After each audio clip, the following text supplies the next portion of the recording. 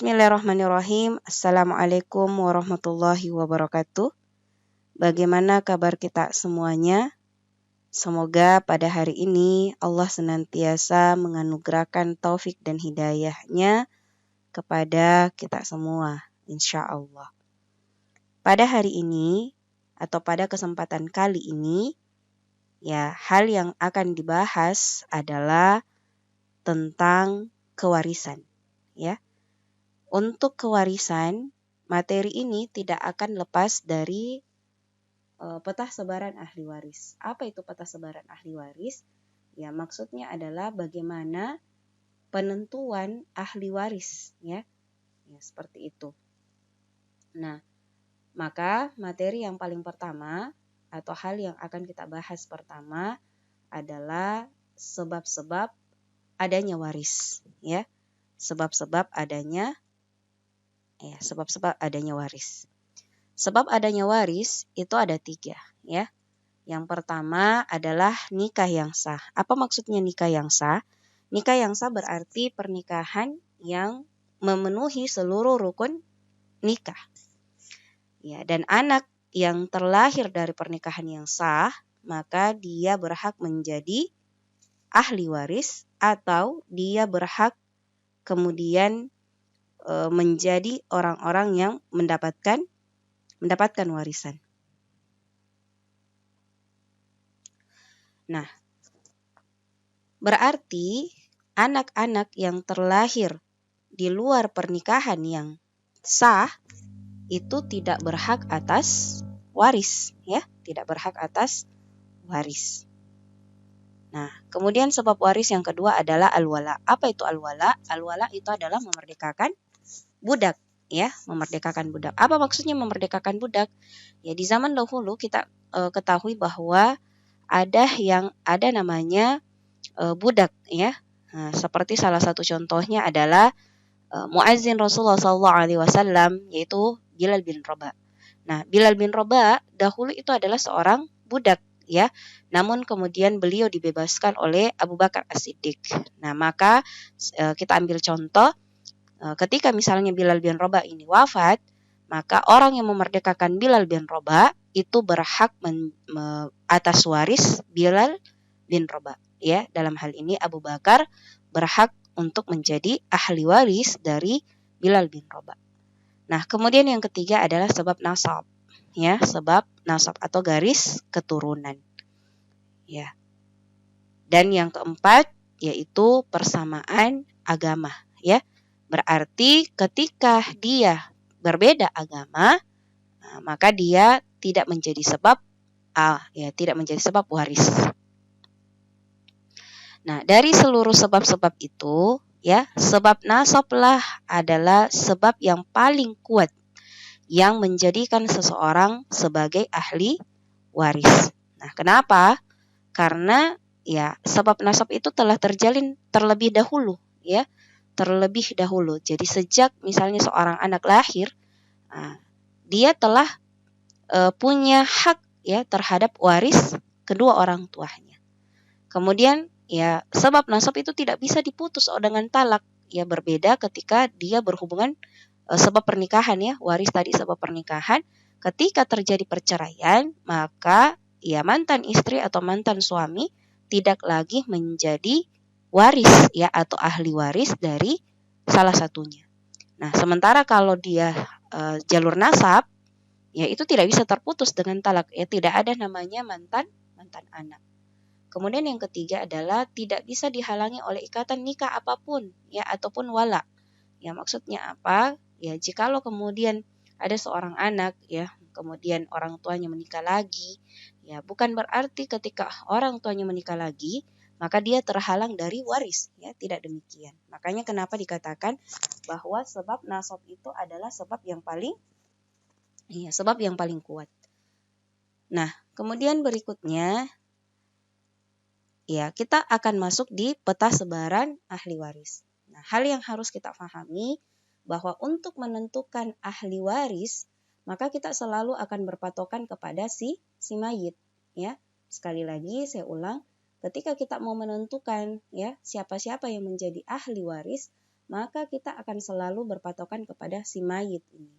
Nah, dalam peta sebaran ahli waris itu terdapat 4 jalur ya, supaya kita gampang mengingatnya dan gampang mengaplikasikannya nanti pada saat ada ya contoh soal ya atau contoh perkara pembagian harta warisan, maka kita dengan mudah untuk menentukan yang mana termasuk asabah, yang mana termasuk ashabul furud dan mana yang termasuk asabah. Nah, kita kembali, peta sebaran ahli waris itu ada 4 jalur. Jalur yang pertama yaitu jalur keturunan ya, yang warna hijau ini. Jadi anak laki-laki mayit, anak perempuan mayit itu berhak atas waris si mayit ya, waris si mayit. Ya, begitupun cucunya ya, cucu dari anak laki-laki saja ya. Jadi yang menjadi ahli waris mayit itu adalah cucu dari anak laki-laki saja ya. Anak perempuan dan anak laki-lakinya. Nah, kenapa di sini ada tanda panah ke bawah? Itu maksudnya keturunan dari cucu ini itu masih berhak menjadi waris atau ahli waris. Nah, jalur yang kedua adalah jalur asal ya. Jalur asal yaitu ibu dan ayah ya, ibunya ayah dan ayahnya ayah ya, ibunya ibu. Nah, untuk ini coba diperhatikan bahwa untuk asal ayah mayit itu berhenti di ibu ayah ya atau nenek kita, dan untuk ayahnya ayah ke atas itu tetap berlaku waris. Jadi misalnya kita dapat kakek buyut kita ya, kakek buyut kita itu adalah ahli waris ya. Nah, kalau jalur ibu si ayah yang tidak ada, tapi ibunya yang ke atas. Kemudian jalur yang keempat adalah jalur saudara si mayit. Nah, saudara laki-laki sekandung dan saudara perempuan sekandung, kemudian saudara laki-laki sebapak dan saudara perempuan sebapak, dan saudara laki-laki seibu dan saudara perempuan seibu dari mayit. Jadi jalur yang keempat terakhir adalah jalur saudara ayah mayit ya. Nah, siapa itu? Maksudnya om laki-laki sekandung dan om laki-laki sebapak ya, dan termasuk anaknya itu berhak menjadi waris ya atau sepupu kita yang laki-laki.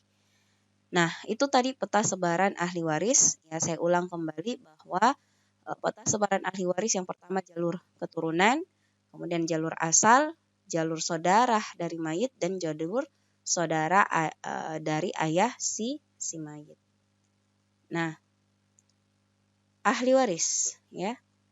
Ahli waris itu dibagi menjadi 2 ya. Ada yang namanya ashabul furud atau biasa disebut dengan zawil furud. Nah, ashabul furud ini adalah ahli waris yang memiliki bagian yang tetap ya. Jadi dia tidak berubah-ubah, dan ketetapan itu sudah disyariatkan dalam ya, sudah ditentukan dalam syariat, dalam hal ini dalam Al-Qur'an ya, itu sudah jelas Allah kemudian menyampaikannya. Kemudian asabah itu apa? Ahli waris yang mendapatkan sisa dari warisan setelah dibagikan kepada ashabul furud. Nah, untuk asabah bagiannya itu tidak tetap ya, tapi kalau ashabul furud bagiannya tetap. Nah, kita sudah akan masuk kepada kewarisan ya. Kewarisan yang pertama seperti jalur yang tadi kita sudah jelaskan bahwa jalur yang pertama atau kewarisan yang pertama yang kita akan bahas adalah kewarisan suami istri dulu ya, sebelum jalur keturunan tadi. Nah, suami dapat 1/2 jika mayit itu tidak punya anak atau tidak punya keturunan ya. Jadi suami dapat 1/2 jika si mayit atau istrinya yang meninggal ini tidak punya keturunan. Kemudian suami mendapatkan 1/4 jika si istri ini memiliki keturunan. Ya, si istri ini memiliki keturunan. Kemudian kewarisan suami istri, ya istri dapat 1/4 jika si suaminya tidak punya keturunan atau mereka tidak punya keturunan, dan si istri mendapatkan 1/8 jika si mayit ini memiliki anak. Ya, maka kita kemudian yang kedua kewarisan anak. Nah, ini sudah masuk kepada jalur keturunan atau jalur nasab. Ya, untuk kewarisan anak dan cucu itu dibagi menjadi dua ya. Ada kewarisan anak perempuan dan cucu perempuan. Nah, mungkin ada yang bertanya, kenapa bukan anak laki-laki? Ya, anak laki-laki itu dia termasuk asabah, ya. Sementara anak perempuan dan cucu perempuan dia termasuk ashabul furud. Nah, kita masuk ke warisan anak perempuan dulu.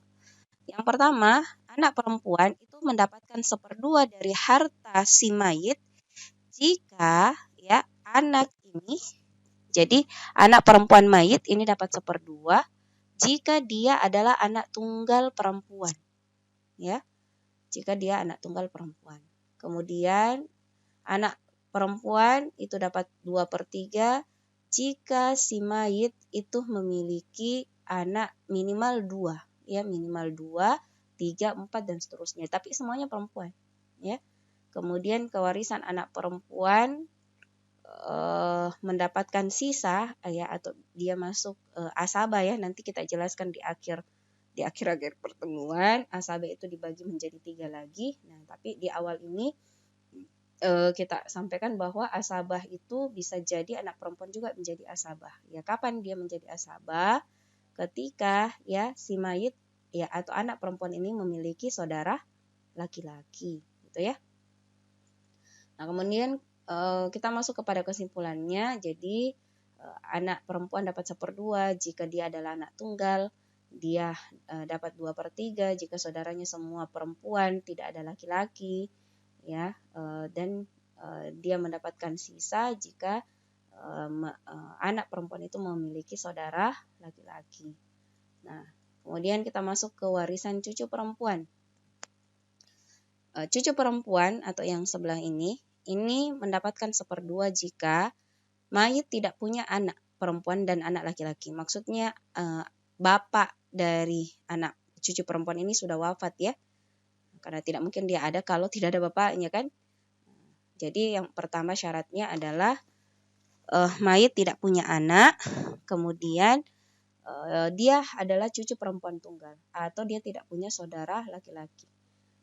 Kemudian yang kedua, cucu perempuan itu dapat 2/3 jika ya si mayit tidak punya anak dan tidak ada anak laki-laki, tidak ada cucu laki-lakinya mayit, dan anak perempuan ini lebih minimal 2, bisa lebih dari 2. Kemudian masuk ke kewarisan cucu perempuan lagi, masih secucu perempuan. Cucu perempuan ini 1/6, syaratnya adalah jika mayit tidak punya anak laki-laki dan cucu laki-laki dan dia bersama dengan anak perempuan mayit. Ya, dan yang terakhir dia mendapatkan sisa jika ya dia bersama dengan cucu laki-laki, ya, dan mayit tidak punya anak laki-laki tapi dia memiliki anak perempuan, ya. Nah, maka kesimpulannya untuk kewarisan cucu perempuan 1/2 jika tidak ada cucu laki-laki, ya, tidak ada anak laki-laki mayit, kemudian anak laki-laki ataupun anak perempuan. Kemudian cucu perempuan dapat 2/3 jika cucu perempuan itu lebih dari 1, tidak ada anak mayit, tidak ada cucu laki-laki mayit. Kemudian 1/6 jika cucu ini bersama dengan putri tunggal mayit, ya, tidak ada anak laki-lakinya dan tidak ada cucu laki-laki seperti tadi yang kita jelaskan, dan mendapatkan sisa jika bersama dengan cucu laki-laki dan tidak ada anak dari mayit, ya. Jadi untuk hari ini itu kita bahas pada video ini sampai pada ahli waris, bagian-bagian ahli waris, ashabul furud, jalur keturunan dan pernikahan yang sah. Adapun untuk kewarisan orang tua, yaitu insya Allah kita akan masuk pada pertemuan berikutnya. Ya, syukron atas perhatiannya. Assalamualaikum warahmatullahi wabarakatuh.